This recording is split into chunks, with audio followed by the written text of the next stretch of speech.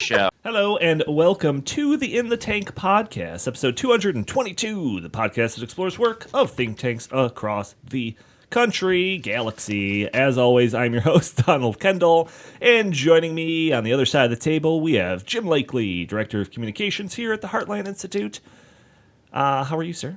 I'm doing great. Looking forward to Christmas. Fantastic. Joining me via the internet, we have got Isaac Orr, Policy Fellow at the Center of the American Experiment. Isaac, you were not with us last week? That's correct. Trending on Twitter was, "Where's Isaac?" I like that. I thought maybe you'd say something about it in the episode, which is the only reason I listened to it, and I was disappointed. Also joining us, we have Justin Haskins. He is Editorial Director here at the Heartland Institute. How are you today, good sir? I'm doing very well. Thank you, Donald.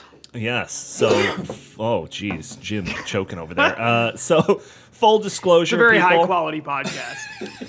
Well, you know what? I'm going to start off with this. History happened this week, folks. For only the third time in history have we seen the closing of a Star Wars trilogy. So I want to talk about. Blew my mind. Wow, I never thought of it that way. That makes me depressed. Wow. Right. So that's obviously the big news of the week. Everything else that's on headlines, don't even worry about that. I did see Star Wars. I saw it last night at a 10:30 showing. Didn't get home and in bed until 2 o'clock in the morning. I will save my thoughts for, my non-spoiler review for the end of the episode. So we'll have like 10, 15 minutes at the end of this episode. If you guys want to avoid anything or whatever, obviously you can sign off early when we get to that topic. But I will give you my full thoughts, non-spoilers, at the end of this episode. How excited are you? Are you going to see Star Wars, Jim? Maybe when it gets to Disney Plus or something. I'll watch it on TV. Justin, you have plans to see it, yes?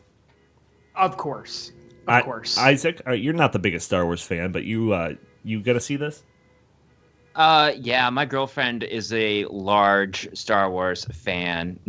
She's not large. She's a big fan. Oh, It's always good when you call your girlfriend large. Yeah. A little smart. you were a little slow on the correction there, Isaac. We'll have to edit that I out. think I was. I feel like I was pretty prompt on Not that. We have a prompt Star enough. Wars advent calendar, and she's mad because she hasn't got the Porg yet. Oh, well. Well, maybe I'll have a comment about porgs at the end when I talk about Star Wars. Who cares about Porgs? Nobody. Yeah, it's all Baby Yoda. Everyone likes Baby Yoda. Oh, yeah. Yeah. Sure, you have already gotten your Christmas gift for your large Star Wars girlfriend. Oh, man.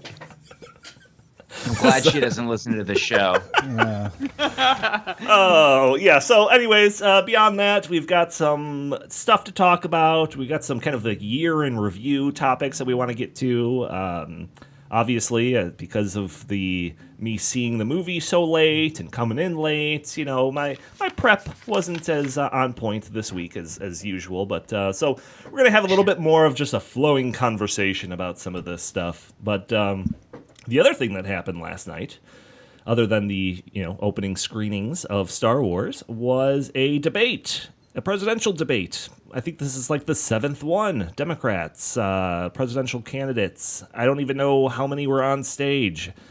Anyone watch that? Is that just like, I've heard of Star Wars burnout, but is there Democratic presidential, debate burnout going on here? So this has to be the least watched Democratic presidential debate of all time. I mean, you have impeachment going on all week.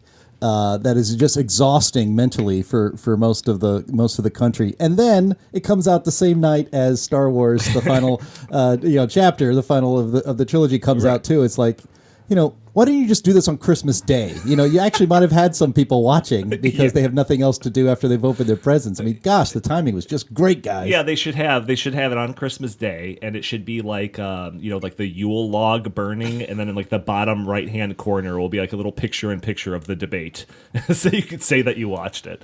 Isaac, Justin, you guys watch any of it? No, Thursday's my bowling night, and I don't watch Democratic debates when there's bowling to get done. That's actually a very good excuse. I watched probably 10 or 15 minutes of it.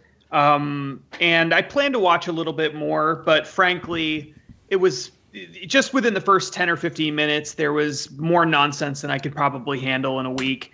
So I might have to spread this out over the next several weeks, maybe watch 10 or 15 minutes a day, every other day for the next few weeks. And then maybe eventually I'll get through it. You could you could do like an advent calendar for terrible debates. That's exactly right. Yeah, that's what I'll do. There was one point just within the first 15 minutes where I started writing notes and then I stopped because I just couldn't bear to do it. But my notes literally have two things on it. The first is 40%. This is from Joe Biden. At one point, Joe Biden said 40% of Midwestern farmers, I think he said Midwestern farmers. He may have just said farmers, but 40% of Midwestern farmers couldn't pay their bills last year. I thought, how could that possibly be right? That might have been. No way that's right. That might have been. 40%? Yeah, that might have made the news at some point, right? Yeah, I mean, 40% of farmers can't pay bills. I don't know. That seemed strange. Then at another point, Elizabeth Warren said, she's talking about her millionaires, her ultra millionaires tax, the wealth tax, the one that's 2% after I think like $50 million or something like that. She continuously refers to it as a 2-cent tax, which I think is really, really misleading because it's obviously not 2 cents. Yeah. It's 2 cents of everything you have after $50 million, which for a lot of people is, millions and millions and millions of dollars, not 2 cents. It's like a really good illustration, just going off that point of like why that is so disingenuous.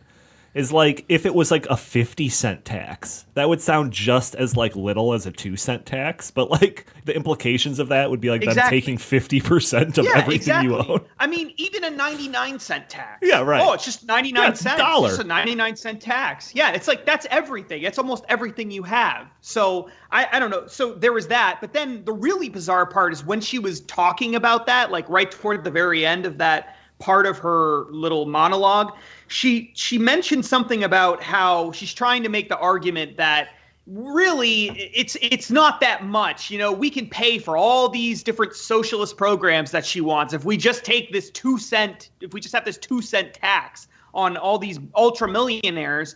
And then at the end, she was trying to make an allusion as to what the millionaires would be losing out on.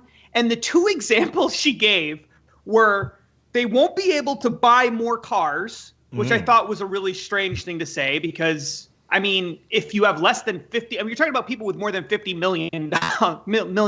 So it's kind of a weird thing. And then the other thing was buy more pizzas. They won't have money to buy more pizzas. That's what these luxury items like pizzas, cars. Pizza and You'll cars. make sure they can't afford pizza. Yeah, well, maybe that's true. Maybe no one will have enough money to spend. If we're getting to a point pizza. where these people can't afford pizza, then yeah, maybe your taxing system's a little too stringent. I'm like, what are you talking about? Maybe so that's just honest. You think that that's what the money that people have over $50 million goes to? Like Honda Civics and Domino's Pizza? Yeah. I don't think so. I don't think that's where they're spending their money. So that was when I basically turned it off and said, I can't watch any more of this crap. With their platinum cars and their gold-plated pizzas. It's so weird. It was so weird. How many people were on stage? Do you recall? Seven people. All right. And it's six. It's six and Tom Steyer, who's basically not even a human being. Oh wow! Hot take. Wow. Hot take by Justin. He's just a cardboard. He's just a cardboard cutout, is what he is. He's just. That's about the personality he's an animatronic, like they have at Disney World. Right. I don't even think he's a human being. He's just like one of those really cheap robots. The Hall of Failed Presidential Candidates. Like, there's a snake in my boots. Well, a buddy of mine who did watch the whole thing with an eye out toward. Is your buddy Bernie Sanders? No, my buddy is not Bernie Sanders. But he was watching it for what they would say on the climate and energy and stuff. And so one of the questioners asked, do we need a federal program to relocate people living in cities on the coasts where sea levels will rise? whoa. And so Klobuchar had to go for that first. And she, my friend says that she pretty much dodged the question and saying that we don't need to relocate whole cities, but we will have to relocate some people. So I guess the taxpayers will pay for that. I guess we probably should start now since it's going to be happening very soon. So let's get taxed for that. Minnesota. Yeah. Well, here's the funny part. Can I buy their houses for like a couple of bucks? Or yeah, I'll tell you what. I'll swap. I'll take that house on Pacific Palisades, and you can live in Lake Zurich. Yeah, Obama with your new mansion or whatever. We could flip. Totally swap. You come to my apartment. I'll go stay there. I'll deal with the flooding or whatever that's going to happen. And, we'll call it even. That'll be Justin Haskins' new headquarters for Heartland Institute headquarters Northeast in that mansion. But then it was funny. Justin trash bins. And then Buttigieg answered the question. He said, "quote It will be a topic for day one action for him.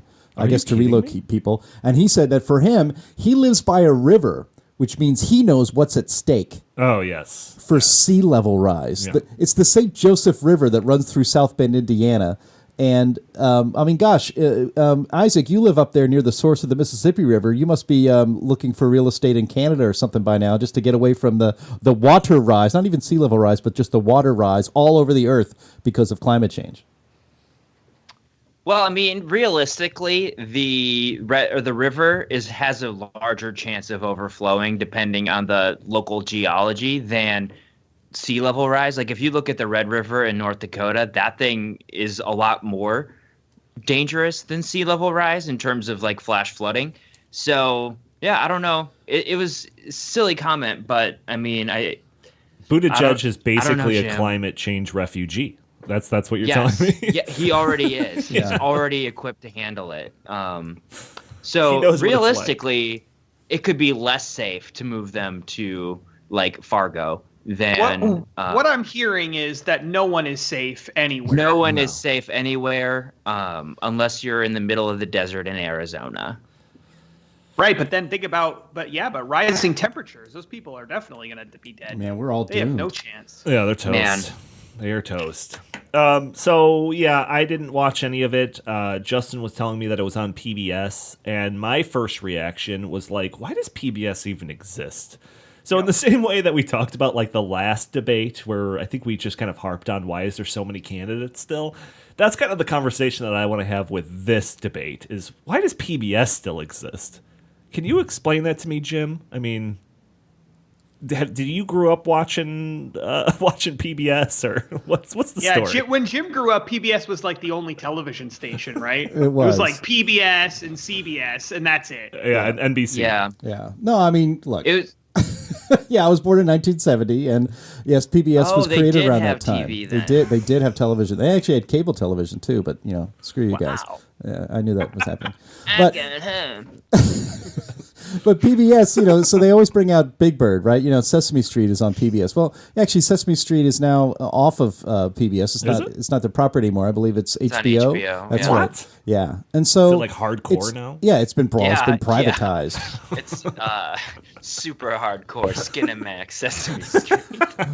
But when PBS came out, you had ABC, NBC, CBS, and then you had your local stations, and there seemed to be an argument that we need some higher quality television than just guys trying to sell soap and cigarettes and stuff, whatever, on television. Yeah. And so PBS was born, and it of course was quickly captured by the left and the leftists, and Bill Moyers, for instance, I think he was the press secretary for LBJ or definitely for a Democrat. And he's basically made millions of dollars in his life because he angled himself into being a PBS commentator and a PBS quote unquote talent. He actually said just the other day that all the impeachment hearings should be aired on PBS in prime time all the time. Oh, that'll do great for the ratings. Yeah, right. And so, but that actually just shows that what PBS really is just a propaganda arm of the deep state and the Democrats and the left, and they will not give it up. But nobody watches it but them. But they consider it pretty valuable. Let's go like a step back, all right? And you tell me, and maybe you don't know this as much, but like, what was the original idea? Like, why did the government even feel it necessary to come up with a public broadcasting corporation? to put high quality television on for the public to consume.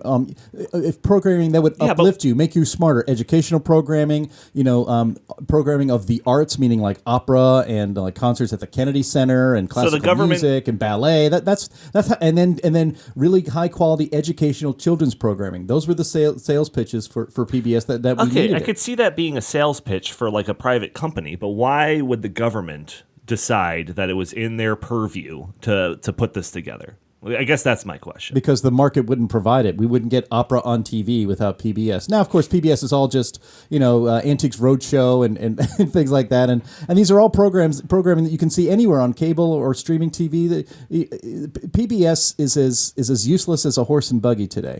Well, okay, and that's kind of my next question. It's like, even if it did serve a purpose, like, aren't we like way beyond that purpose being served now? Like, everybody can have a channel.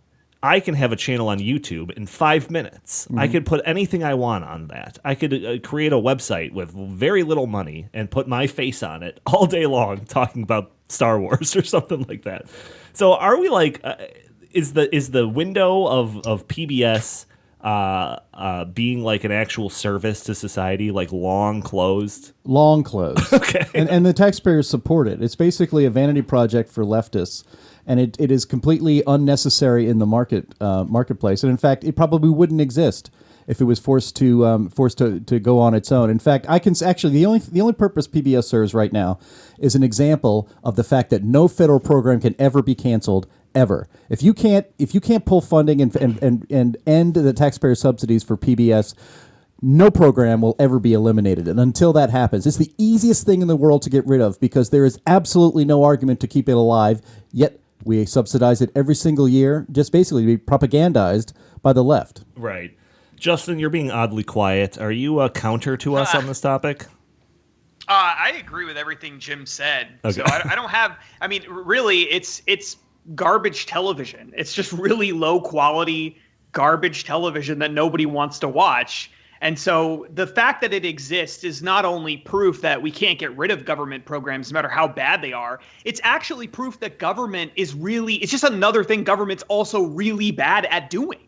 And I mean, they can't even entertain us. They can't entertain us. They can't run DMVs. They can't run the post office without losing billions of dollars. They can't do anything. Well, they can't do anything. And so when you get people out there calling for tens of trillions of dollars of new socialist programs, it amazes me that anybody takes them seriously when it's like these are the same people that suck at running the DMV and PBS and everything else that exists in society that they run. So, yeah, I think these are the right people to put in charge of like a third of our economy. I mean, that makes sense. Let's do that. I mean, it's just nuts. Well, it doesn't make any sense to me at all. I would say the government does do a good job of entertaining us, but it's usually just like accidental comedy that they're able. But to not do. but not even that No, on PBS. You gotta go to like some other channel to see that. You can't go to PBS. PBS is so boring. It is so boring. It's the kind of station that you put on when kids are so small that they don't even really know what they're watching, or the kind of station that you put on late at night when you're trying to fall asleep and the sleeping pills that you take aren't doing the job. Or the kind of thing that you put on when you're really, really old and you're looking for something nostalgic. Like, Sure. That's all PBS is. That's it. Well, it's a sleeping pill, or it's for kids that don't know any better, or it's for really old people. So I've got this article in front of me. I found this on the Cato website, and it's why NPR and PBS should stop taking government money. And it really just kind of goes through and pokes a whole bunch of holes in this idea of PBS being like this great and wonderful thing, and really brings up some really interesting points. So it says here, the Corporation for Public Broadcasting gets about $450 million per year, which is essentially a rounding error in the federal budget. So I know that this is a thing that's brought up when Trump was like having his war against PBS and they had to trot out Big Bird or whatever. And like that was one of the refrains was like, in the grand scheme of things, it's actually a really small amount of money, which I think points to a much larger problem. which is when the government has its hands in all of these millions of things across the country, yeah, any one individual piece of that is going to seem small in comparison to the whole. So yeah, it's like, while it's only $450 million a year, I'm putting that in air quotes, it's like, I think that's a good enough reason to get rid of it. Like, why take any money? Why give them any money? How many starving children can we feed if we get rid of PBS? That's a pretty good trade. Right. PBS is garbage. How many homes can we provide internet access to? Not that we should be subsidizing that either, but I mean, if we're going to spend $450 million on something, we can find something better than the garbage television at PBS that nobody wants and nobody watches. And then how about this? It says that NPR has consistently maintained that on average, less than 1% of its operating budget comes in the form of grants from the CPB and federal agencies and departments. So if they get 99% of their money from other sources, then what? So what's the big deal if we take away that 1%? If the government just stops giving that 1% of their... There is no big deal. And NPR is only obviously, at one component of the whole project, right? But yeah, I mean, it's exactly right. If they are capable of surviving on their own without our funds, then just go off and survive on your own. Stop taking our money then if you don't really need it. So on the one hand, we're told that there's this urgency to keep PBS alive. And then on the other hand, we're told, well, we don't even really need your money. It's like, well, which is it? Why do you exist? Yeah, I still don't understand why they exist. Look at it this way. Imagine how the left and the media would just lose their collective bleeping minds if $450 million, or just 1% of $450 million, was used to subsidize the Rush Limbaugh show. Oh, right. Or PBS got or Fox News got the same contribution from the taxpayers as PBS's. They would lose their minds. They would take a torch to the Fox headquarters in New York City over it. I mean, so look, you lefties. It's like, why am I forced to subsidize programming that I completely 100% disagree with as far as your news coverage is concerned? And also subsidize you buying old BBC dramas like Downton Abbey and Sherlock and bringing them over to here when I can already watch that stuff on streaming services or YouTube or pirate it or whatever. But I don't need to pay for that. And so I would love for a politician, and Trump should actually say this. He should say, if you guys want to have $450 million of taxpayer money go to PBS every year, yeah, great. I'm going to award a grant to the One American News Network, or because it could use a little bit of support because it's a growing network and can really use some more capital. Let's do that. And then maybe only then we would come to a bipartisan agreement that, you know what? No. The taxpayers shouldn't be subsidizing any broadcasting whatsoever. We don't live in Isaac.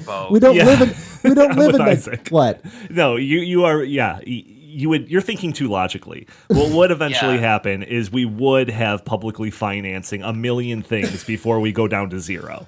That's what would happen. Oh, darn it. I forgot to think like an actual bureaucrat. But the article here is really interesting. It kind of goes into a bit of a history lesson. It kind of talks about the National Educational Television, or NET, which I've never heard of, which was created in 1952 with the Ford Foundation providing the lion's share of funding. And it was... get it? Because they own the Detroit Lions? Nope. Didn't get that. Rawr. But yeah, it was supposed to be this non-commercial, funded through donation type of thing that's supposedly supposed to get this content out there that's like, hard hitting when it needs to be and all of that. So then it talks about how the creation of the public, the public Broadcasting Corporation in 1967 under President Johnson and later President Nixon hoped that a controlled public broadcasting corporation would put the NET out of business. And that basically they thought that using budgetary pressures and personnel choices that they can kind of push the public broadcasting corporation in the directions that would be more administration friendly and stuff like that. So This idea that if you take government money, the government will be able to manipulate you in certain ways, either by threatening to withhold money or putting a new person in charge or any number of different ways that they can kind of flex their, flex the power of the purse with that. And basically says that these things, PBS and NPR, would be better off and they can come off as more objective if they just turned away any type of public funds. So that's kind of the main point of this article, and I think that it's a very interesting one. Isaac, you were telling me about like an issue similar to this that it was just up in your state of Minnesota, right? Was I? How dare you? Yeah, so it is interesting. One of the things that was in this Cato piece that Donnie will link to in the show notes. Oh yeah. Was just talking about how, this was their attempt to control what these organizations were saying and also limit the influence that the NET had. Because did you talk about how they published stuff critical of the Vietnam War? Yeah, so the NET, they didn't get any... Or was it the Korean War? I forget which one it was. They didn't get any public funding or whatever. They came out with a couple of documentaries called Who Invited Us, or U.S., Yep. which was critical of U.S. foreign policy, and a British documentary, Inside North Vietnam, there you go, which contradicted the government claims, the military, blah, blah, blah. So it was like this idea that they, weren't under the pressure of the government. They could put out this potentially really controversial stuff, whereas the PBS counterparts would be less likely to do so. So yeah, that's what Isaac's talking about. Okay, yeah. So, but it's very interesting because I think you kind of glossed over the important part was the Inside North Vietnam documentary contradicted the government's claim that the military hadn't attacked civilian targets. Mm-hmm. So you have the government saying what they're doing in North Vietnam, and it turns out that isn't right. So this independent, non-government funded educational network decides that they're going to blow the whistle on this. But then the government does not like this. So they increased the funding for the Corporation for Public Broadcasting in 1967. Lyndon Johnson did, and later President Nixon, in the hope that the Corporation for Public Broadcasting would put that out of business. Right. That is scary. Yeah. Right. Right. No, it's all about Big Bird and Sesame Street. That's all it is. That's the only reason this exists. What if we made Big Bird Rambo and told the story of how the government just made the Corporation for Public Broadcasting to put this other thing out of business, right. The national education, whatever it was. But so there's a real, it's not a conspiracy theory to say that the reason the government did this was to have more control over the narrative of what's going on in the country. And we had a little case of this in Minnesota. So the First Lady, Gwen Walz, was trying to establish herself as a pro-criminal justice reform person. That was her pet issue for, just like a lot of First Ladies find their issue that they're really interested in and they want to become public figures on that. Yeah. But they were doing this documentary, and they were doing a sneak peek of it for Twin Cities Public Television, and they were holding a forum, and apparently the forum started to go really badly because this documentary was showing that half of the inmates in Minnesota were African American or minority people, and the First Lady just kind of did not talk about that. So the people who were at this screening started to ask tough questions about, hey, what are you guys going to do to address these discrepancies? And apparently she had no answers, and it looked really bad. Sure. So what happened was the governor's office put pressure on Twin Cities Public Television, TPT, to delete the video footage. Well, there you go. Right? They get some funding or whatever. I'm sure that it's more than 1%. And Yep. So do you know the end of the story? Did they do that? Yeah, so Tom Stewart is our government accountability reporter here at American Experiment. He's better at writing clickbait than Justin, and Justin's pretty good at it. But he wrote, Shots fired. TPT was only too happy to hit the delete button as the left-leaning recipient of millions of dollars of taxpayer funding over the years. Longtime president reacted more like a yes man than a government agency working under the walls. Yeah, so they did. They got rid of it. And they said that, afterwards, when they realized how bad it looked, that they were just kowtowing to the administration. They're like, oh, well, we probably overreacted, but we felt that this was the best way to avoid ruffled feathers. Jeez. So this is exactly what Cato was talking about, in that, TPT could potentially have some sort of more objective journalism if they weren't worried about who's going to be writing their next check. Yeah. All right, well, that's all I want to talk about. That's my biggest takeaway from the debate is why does the channel that it was hosted on even exist anymore? It's almost as if the debate doesn't exist either because nobody saw it. So that's a good point. Kind of fits together. The tree falls in the forest. Did you guys see that this was the lowest rated one out of all of them? I was looking online a little bit, and it looked like it was... That's actually saying something because I'm sure that some of the other ones were really lowly rated. Well, as well. Do you know what the estimate is by any chance? Real Clear Politics said something like 6.8 million. 6.8 million. Okay. Which is still more than other shows, right? Right. Wow. That's shocking. It's shocking. If there had been Thursday Night Football, Thursday Night Football would have swamped it. That's probably why they chose it. All right, well, let's move on. Let's talk about something else. Kind of year in review type of things. So, like I said, there's a couple of topics that I want to talk about that I just thought were notable things that have kind of happened in review, in the rear view that I want to get to. But before I do that, I just wanted to say to all of our listeners out there how grateful we are for your listenership. Jim tracks the numbers for all of our podcasts here at Heartland, and I looked back where we were at a year ago compared to today, and we have more than doubled in our listenership. So I attribute that to us ousting dead weight and bringing on a new, more interesting crew of people to talk. And wow, yeah, shots fired, right? But we want to hear from you, people. So send us in your comments, suggestions, questions, jokes, anecdotes, whatever you'd like. Email us at inthetankpodcast@gmail.com. We really want to hear from you all. So I just want to encourage that. Let us know what you like. Let us know who you want kicked off the show. And yes, this is going to be a Survivor. There will be a poll associated with the post on Twitter today. Who would you most like to see removed from Only 3 of us can be on the show.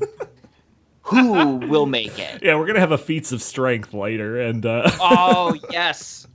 Festivus is coming up. It'll true. be a Festivus miracle. That is true. But yeah, seriously, though, we do want to hear from you.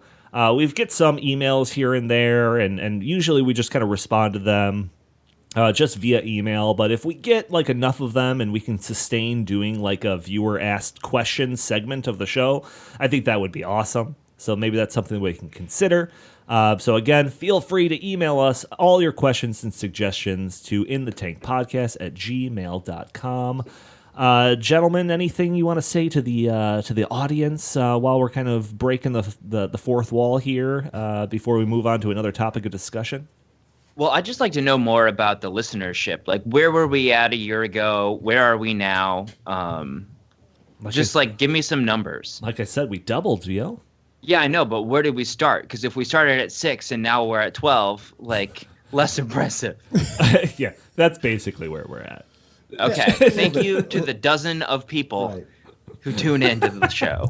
And both of the listeners who've been with us from the start, we do appreciate you sticking with us this whole time. That's great. No, I mean we're I don't have the numbers in front of me, but we're in the multiples of tens of thousands of listeners. Where we started off, we were just kind of, we started from zero years back. So it's been growing, and it's been growing at a faster pace in the last year than we have seen on this particular show during the entire history of the show. Yeah, all of Heartland's podcasts, and we have several of them on the Heartland Daily Podcast Network. But they're all growing. We're getting close to 5 million downloads for the calendar year of 2019. We should actually get to that number, maybe a little bit above it. We have the Environment and Climate News podcast, which is our actually most popular one. We're coming for you. Coming, that's right. That's right. In fact, the Heartland Daily podcast, which is kind of like the fire hose feed, so people can get all the podcasts that we do, which includes healthcare news podcasts and budget and tax news. We have one on constitutional reform, and of course, we have the In the Tank podcast. I think we're in third place. I think the In the Tank podcast is the third most popular of the Heartland podcasts. So there you go. What's the second one? Because Energy and Environment is the first one, right? Energy and Environment is the first one. More than 100,000. I think the last month, I should have brought the stats with me, but it was something like 130,000 downloads last month. Okay. So, Healthcare News is actually second, and this is number 3. So Yeah, but we're coming for you, healthcare. That's right. Yeah, we're coming for you too, Sterling. Yeah, Sterling. We're coming for you. Welcome to the Heartland Institute's daily podcast. Sterling impression. Send us your emails. We want to know what's working and what's not working for you, and who should be kicked off. So I'm not up for contention though, so don't put me. Anyways, Yes, you are. let's talk about just kind of the year in review. We're here at the very tail end of the what the teens. What would you even call this? It's not the 20s. It's the I don't know. This would be the tens. Yeah, we're at the tail end of the tens decade. Right, we're at the end of the 2010s, I guess. So the teens. So let's look back. That's let's crazy. look back a little bit and just talk about some of the bigger things that have happened, I guess. So I've got a couple in mind. The first one that I want to bring up, and I'm bringing up mine first so that you guys could think about this for a little bit if you want to bring up other ones. But net neutrality. So net neutrality was something that I followed pretty closely back when there was the big debate about getting rid of it. And after it was gotten rid of by the FCC, we haven't really heard anything about it. So it's been 2 years. I think December 15th was the 2-year anniversary of us getting rid of net neutrality. Mm-hmm. And similar to like the conversations that we've had about like the sky is falling, apocalyptic predictions from the environmental alarmists, that all of the predictions regarding getting rid of net neutrality also fell on their face. So I've got this article, and this is from our website, our blog here, and it is net neutrality repealed 2 years later. The leftists were dead wrong yet again. And it kind of goes through some of those points, but it outlines just a number of the predictions that we had gotten. So one of this, and I saw this tweet actually, this is from the Senate Democrats, their official Twitter account, and it's like each word is broken up onto a different line, and it says, if we don't save net neutrality, you'll get the internet one word at a time. So, Jim, you're on the internet right now. Are you getting it? Is it downloading one word at a time? No, it's working out just great right now. No, right. Or the ACLU tweeted, imagine if your service provider could stop you from ordering Domino's online by slowing down your connection or crashing your browser because Pizza Hut is paying them. So that didn't happen. That's just another kind of scaremonger type thing. Then there was just a bunch of, here's another Twitter account that was saying, like, imagine Twitter being $14.99 a month, or YouTube is $19.99 a month, or Google, $1.99 per search. If you don't want to pay extra for your favorite sites, then you'll need to be supporting net neutrality. Like, it's just like, and people bought into this stuff. People honestly thought that it was the end of the internet. There's a list of articles here that's just the headlines. FCC is trying to destroy the internet. Trump's FCC wants to kill a free and open internet. Under Trump, dark days ahead for net neutrality and open internet. It's just like one after the other about how just the internet as we know it is going to be destroyed. Is Paul Ehrlich writing about net neutrality now? That's exactly my point. Yes. Oh, I stole your punchline, baby. But like in reality, and here's another article here, it says the U.S. internet speeds rose nearly 40% in 2018, the first year after net neutrality was gotten rid of. And the explanation for this is, and we've talked at length about net neutrality back when it was like a topic of discussion, was because these corporations wouldn't invest in upgrading infrastructure if they thought it was going to all be under the government, standardized by government control. In reality, nobody is charging you for a la carte access to websites, and nobody is blocking you from any websites. It was just all a bunch of fear-mongering. So that's kind of my personal favorite.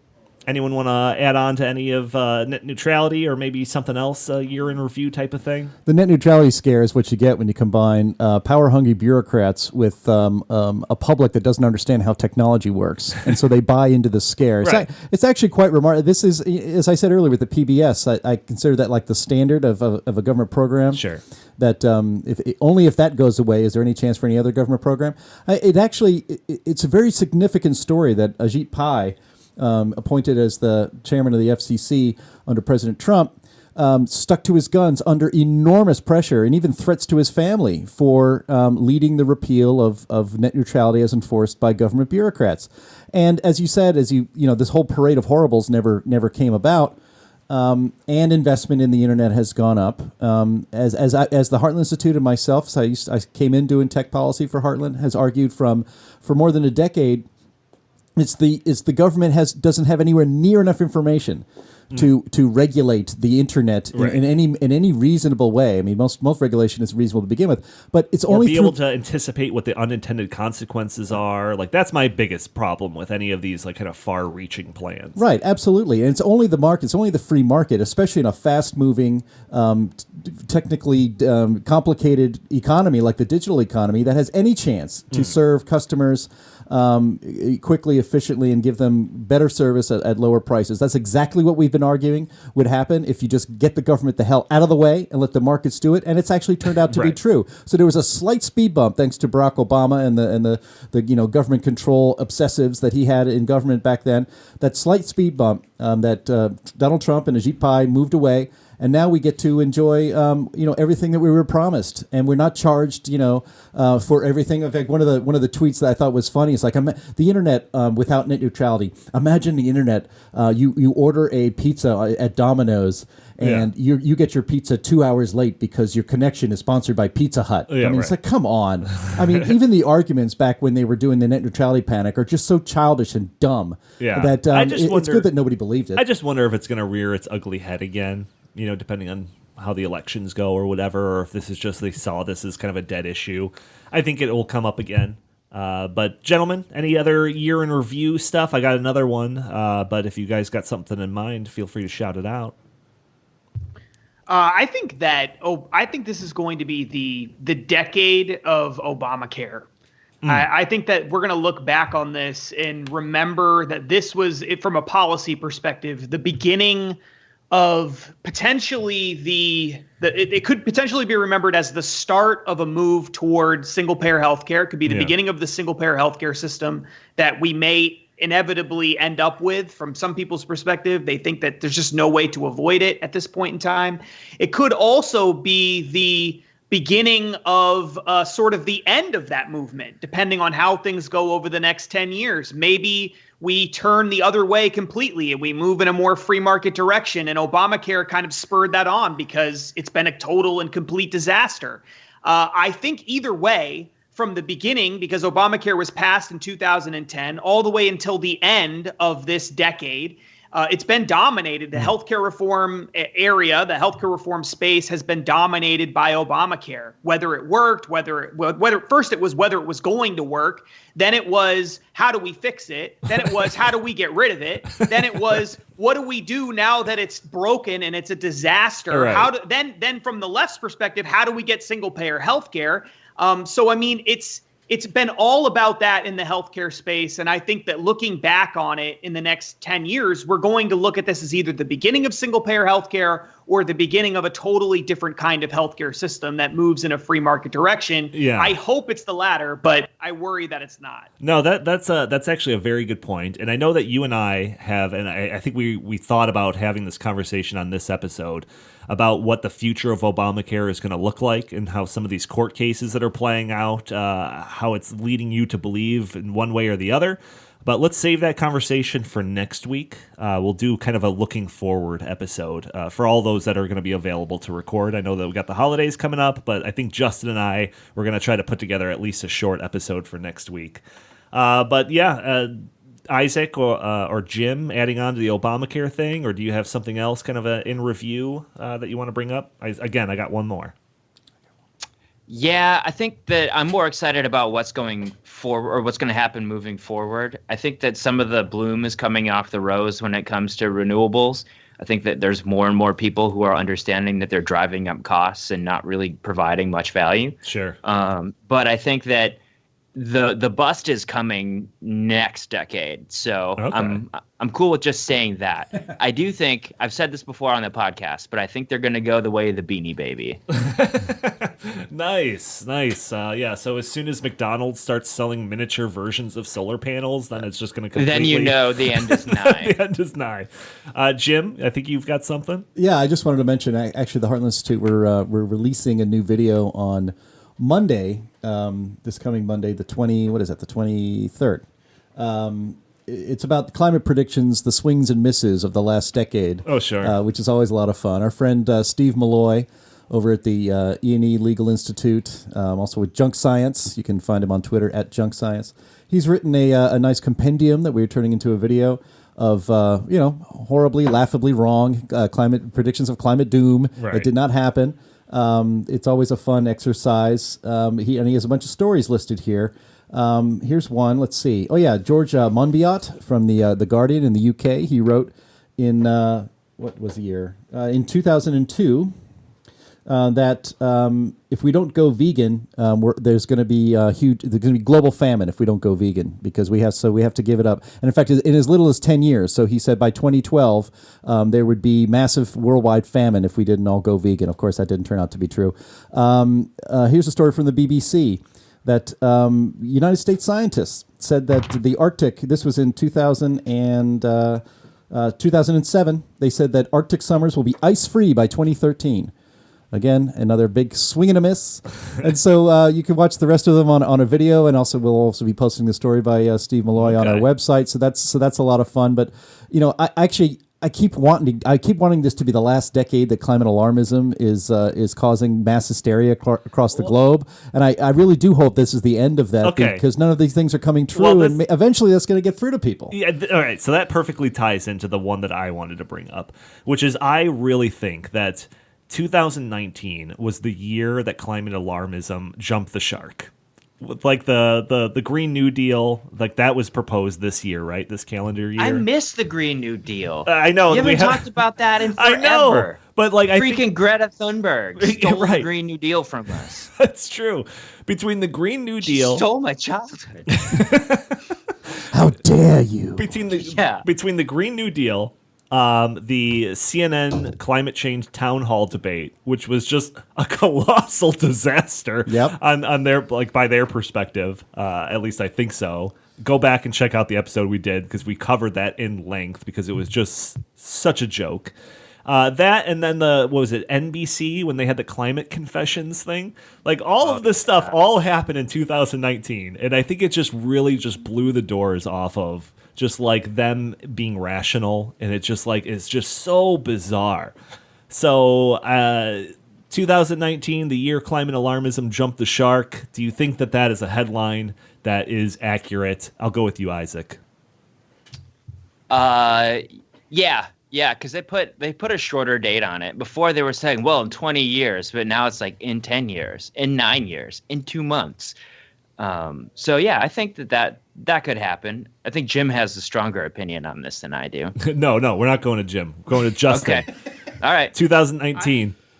I actually think it could potentially, depending on what happens in 2020, I think it might actually be maybe 2019 in one sense, but then 2020 in another, because I think that if they lose in 2020, big, especially in the Midwest, then I think that there's a chance that we're going to look back on this and say, look, a big reason why you lost is because you built this entire platform around socialist policies that the Midwest doesn't want and the Green New Deal, which the Midwest doesn't want.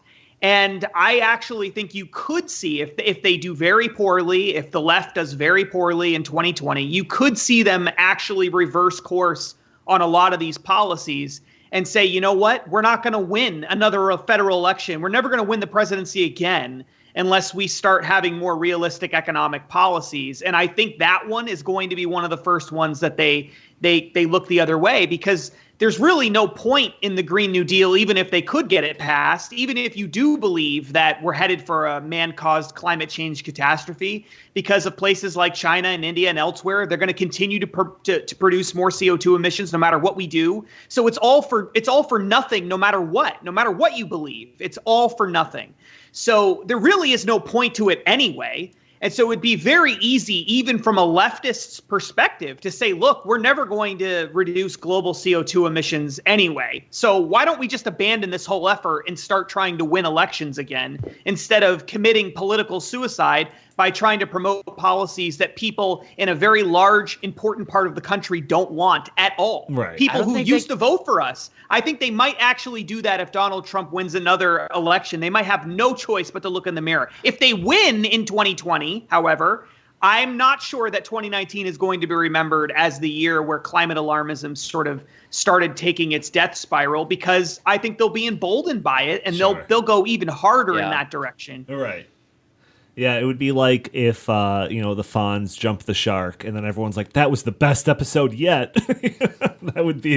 That's what 2020, I guess, will determine for us. Me up. All right, gentlemen, we got like 10 minutes. Any last bits before I talk about Star Wars here? Just get it over with. Just do it now.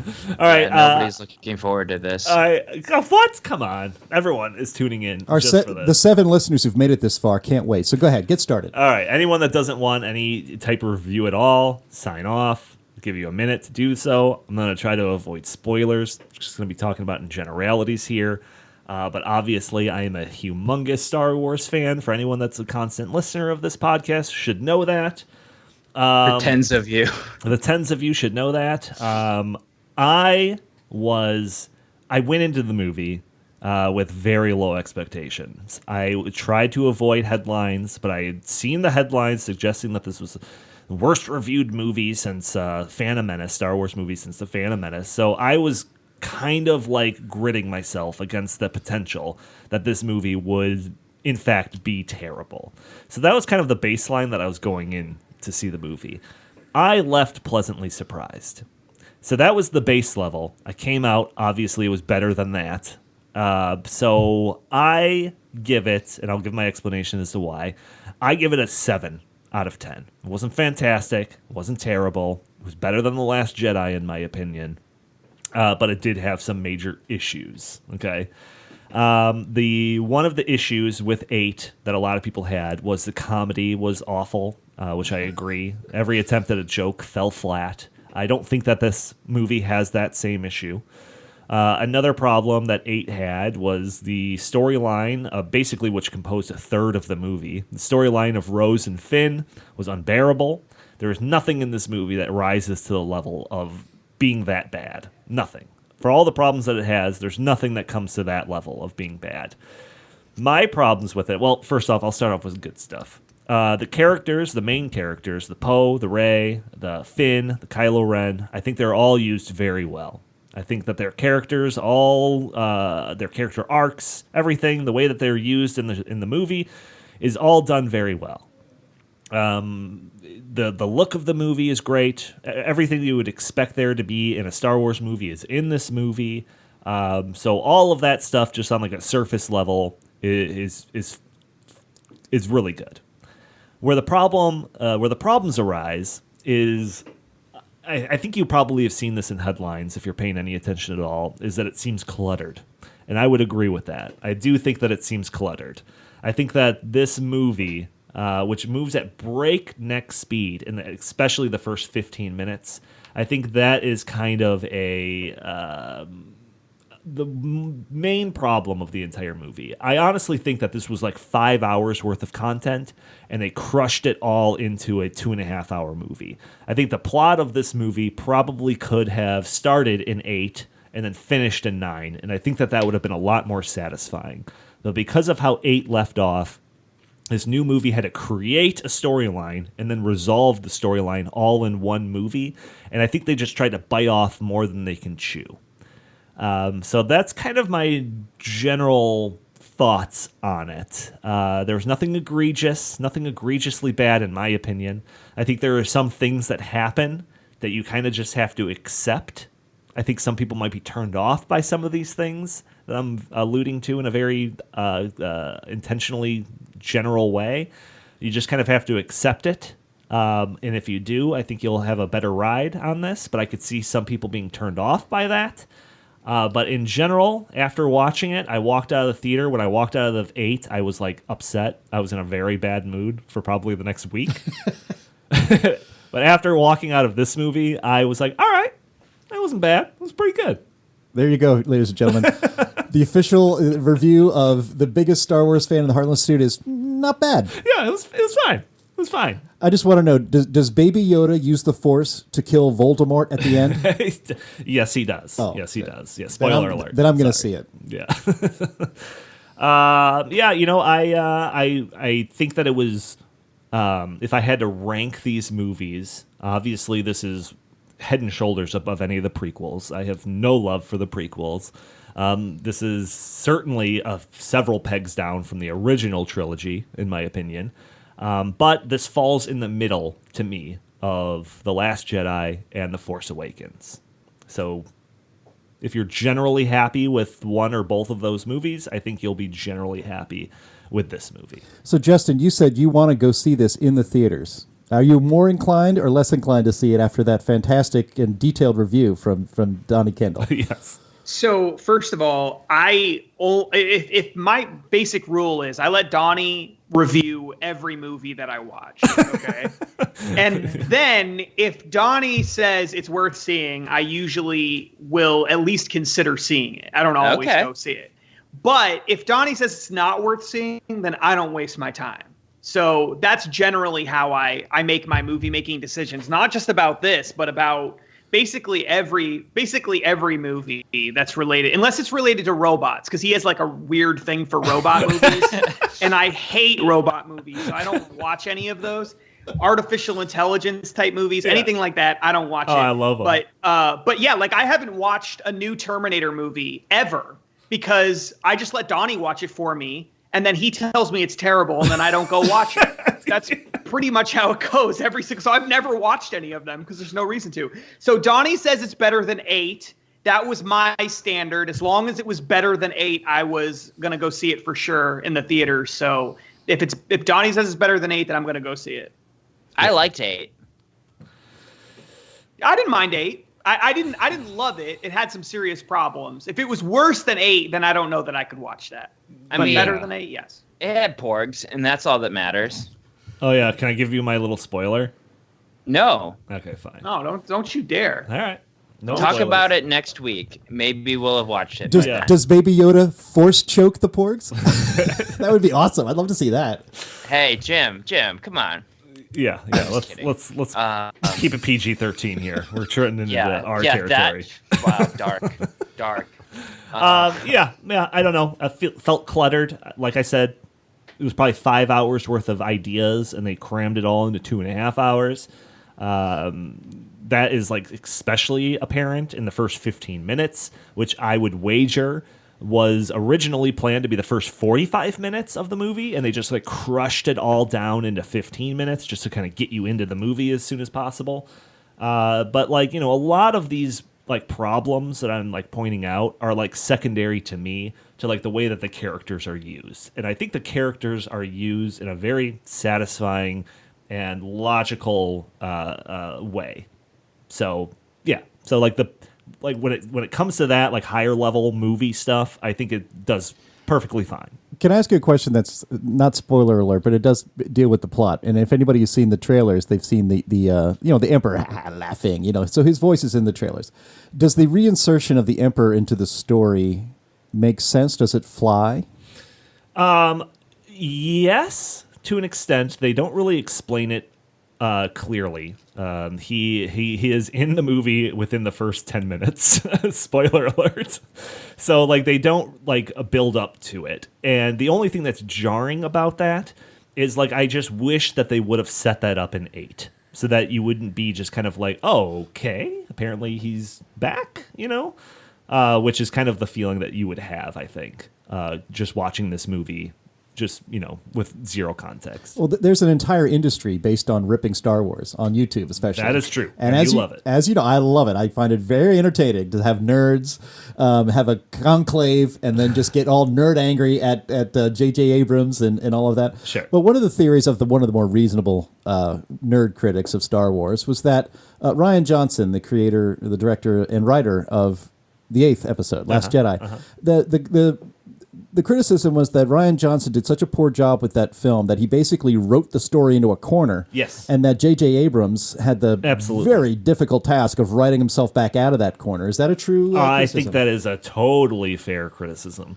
They did a really good way of like using some elements that were like kind of set up in 8 and use them well in this movie, but I don't think that they were ever actually planned to be used that way. He just kind of did it. But yes, I think that is absolutely true. I think that when 8 ended, that could have been the end of the saga. Like, it could have been. And if some certain things wouldn't have been resolved or whatever, it wouldn't have been the most satisfying of endings. But like just the way that it ends, like you could have ended the chapter ends there. This had to reopen everything and craft this whole new storyline and explain all of these new things and then resolve it all within the span of one movie. So I think that's what...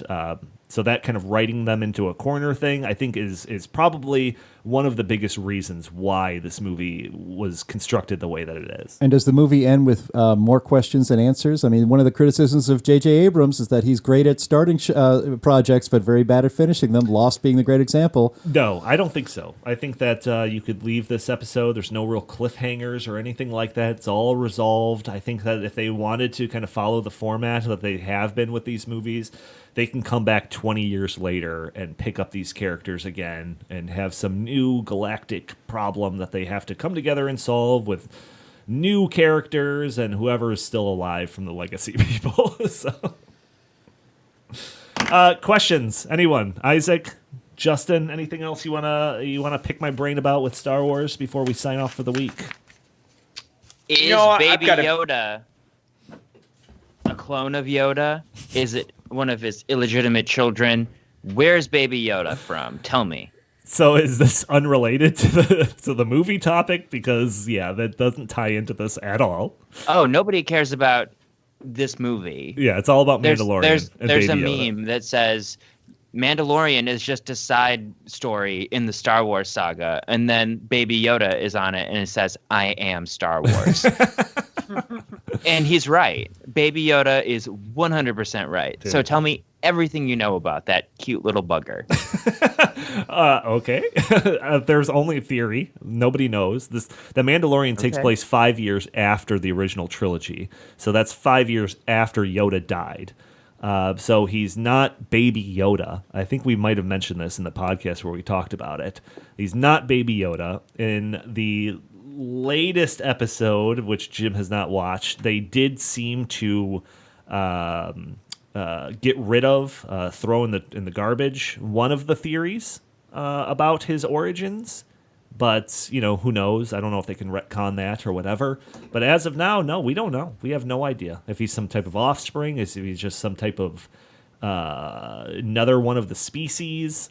The George Lucas was purposely very kind of secretive about that species for one reason or another. In fact, I had learned about this recently, that Topps, back when the original trilogy was coming out, Topps, like baseball cards, they came out with a line of Star Wars cards, and one of them that they designed, then was never released, was a picture of like a bunch of Yodas, and they're all praying to this like giant Yoda statue thing.